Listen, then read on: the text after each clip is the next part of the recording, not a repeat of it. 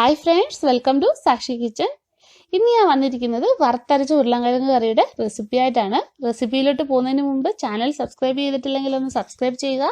അതിൻ്റെ തൊട്ടടുത്തൊരു ബെല്ലൈക്കൺ ഉണ്ടാകും, അതും കൂടി ഒന്ന് ക്ലിക്ക് ചെയ്യുക. അപ്പോൾ ഞാൻ വീഡിയോ അപ്ലോഡ് ചെയ്യുമ്പോൾ നിങ്ങൾക്ക് നോട്ടിഫിക്കേഷൻ കിട്ടുന്നതാണ്.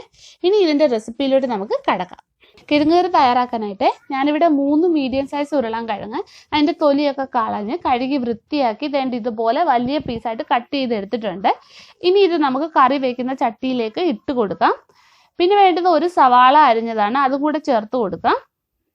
ഇനി ഇതിലേക്ക് എരിവിന് ആവശ്യമായിട്ടുള്ള പച്ചമുളക് ചേർത്ത് കൊടുക്കാം. 4 പച്ചമുളക് കീറിയതാണ്, അതും കൂടെ ചേർത്തിട്ടുണ്ട്.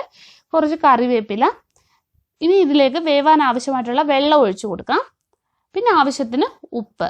ഇനി ഇത് അടച്ചു വെച്ച് വേവിച്ചെടുക്കാം. ഇതൊന്ന് വെന്ത് വരുമ്പോഴത്തേക്കിന് നമുക്ക് ഇതിനകത്തിലേക്ക് വേണ്ട തേങ്ങ വറുത്തെടുക്കാം. ഈ പാനിലേക്ക് 1 കപ്പ് തേങ്ങ തിരുമിയത് ഇട്ട് കൊടുക്കാം.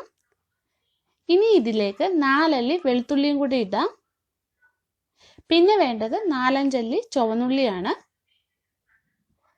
ഇനി ഇതിലേക്ക് വേണ്ടത് 1 ടീസ്പൂണ് പെരുംജീരകമാണ്, അതും കൂടി ചേർത്ത് കൊടുക്കാം. നമ്മൾ ചിക്കനൊക്കെ അരയ്ക്കുന്ന ജീരകമില്ലേ, അതാണ്, ചെറിയ ജീരകമല്ല. ഇനി ഇതെല്ലാം കൂടി നല്ലോണം ഒന്ന് വറുത്തെടുക്കാം. തേങ്ങ മൂത്ത് വന്നിട്ടുണ്ട്. ഇനി ഇതിലേക്ക് വേണ്ട മസാലപ്പൊടികൾ ചേർത്ത് കൊടുക്കാം. ആദ്യം നമുക്ക് 1/4 ടീസ്പൂണ് മഞ്ഞൾപ്പൊടി ചേർക്കാം. പിന്നെ വേണ്ടത് 1 ടേബിൾ സ്പൂണ് മല്ലിപ്പൊടിയാണ്, മല്ലിപ്പൊടി കൂടെ ചേർത്ത് കൊടുക്കാം. ഇനി 1 ടേബിൾ സ്പൂണ് മുളക് പൊടി ചേർക്കാം. മുളക് പൊടി എരിവിനനുസരിച്ചിട്ട് ചേർത്ത് കൊടുക്കുക. ഇനി ഇതിൻ്റെ പച്ചമണം ഒന്ന് മാറുന്നത് വരെ നമുക്ക് മൂപ്പിച്ചെടുക്കാം. അപ്പോൾ ഇത് മൂത്ത് വന്നിട്ടുണ്ട്. ഇനി ഇതിൻ്റെ ഫ്ലെയിം നമുക്ക് ഓഫ് ചെയ്യാം. ഇനി ഇത് തണുത്തതിന് ശേഷം നല്ലോണം അരച്ചെടുക്കുക. ചൂടോടുകൂടി അരയ്ക്കരുത്. ഈ ഉരുളൻകിഴങ്ങ് വെന്ത് വന്നിട്ടുണ്ടോ എന്ന് നോക്കാം. ഇതേ കിഴങ്ങ് നല്ലോണം വെന്ത് വന്നിട്ടുണ്ട്. ഇനി ഇതിൽ 3-4 കിഴങ്ങ് നമുക്കൊന്ന് ഉടച്ചു കൊടുക്കണം. ഇനി ഇതിലേക്ക് അരച്ച് വെച്ചിരിക്കുന്ന അരപ്പ് നമുക്ക് ചേർക്കാം. ഇനി ഈ ഗ്രേവിക്ക് ആവശ്യമായിട്ടുള്ള വെള്ളം നിങ്ങൾക്ക് വേണമെങ്കിൽ ചേർത്ത് കൊടുക്കാം. ഇനി ഇത് നല്ലോണം ഒന്ന് ഇളക്കി കൊടുക്കാം. ഇനി കുറച്ചുകൂടി ഉപ്പ് നമുക്ക് ചേർത്ത് കൊടുക്കാം. ആദ്യം നമ്മൾ കിഴങ്ങ് വേവിച്ചപ്പോൾ ഉപ്പ് ചേർത്താണ്, അപ്പോൾ നോക്കിയിട്ട് ഉപ്പ് ചേർത്ത് കൊടുക്കും.